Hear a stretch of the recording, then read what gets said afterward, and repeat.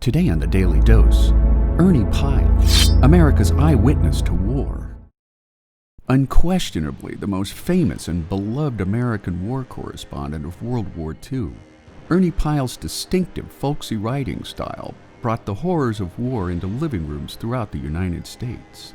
Embedded with frontline troops in the European theater of operations from 1942 to 1944, Pyle wrote about ordinary dog-face infantry soldiers, which he called the underdogs of World War II.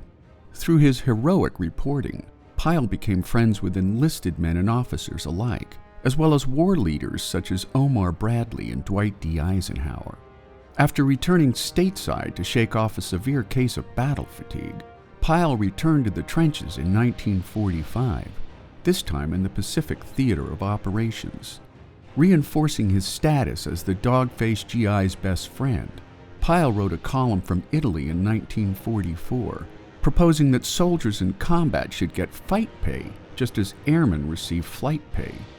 In May 1944, Congress passed a law that became known as the Ernie Pyle Bill, authorizing 50% extra pay for combat service. Syndicated in over 400 daily and 300 weekly newspapers, his most famous column was the death of Captain Wascow when he was reporting from Anzio during the invasion of Italy. "I don't know who that first dead man was," he wrote. "You feel small in the presence of dead men, and ashamed at being alive, and you don't ask silly questions." He further wrote that as dead soldiers were brought down a mountain from the front lines, one of them that was laid out in the dim moonlight was much beloved Captain Henry Wascow of the 36th Infantry Division. Pyle wrote, "Then a soldier came and stood beside the officer and bent over, and he too spoke to the dead captain, not in a whisper but awfully tenderly, and he said, 'I sure am sorry, sir.'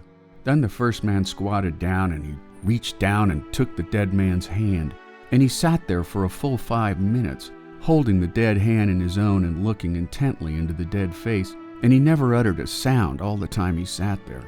And finally he put the hand down, and then he reached up and gently straightened the points of the captain's shirt collar, and then he sort of rearranged the tattered edges of the uniform around the wound, and then he got up and walked away down the road in the moonlight, all alone."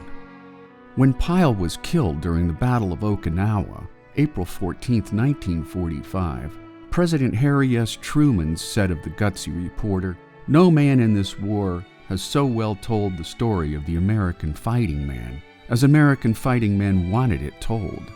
He deserves the gratitude of all his countrymen." Pyle's wife Jerry would die later that same year from complications of influenza. And there you have it, Ernie Pyle, America's eyewitness to war, today on the Daily Dose.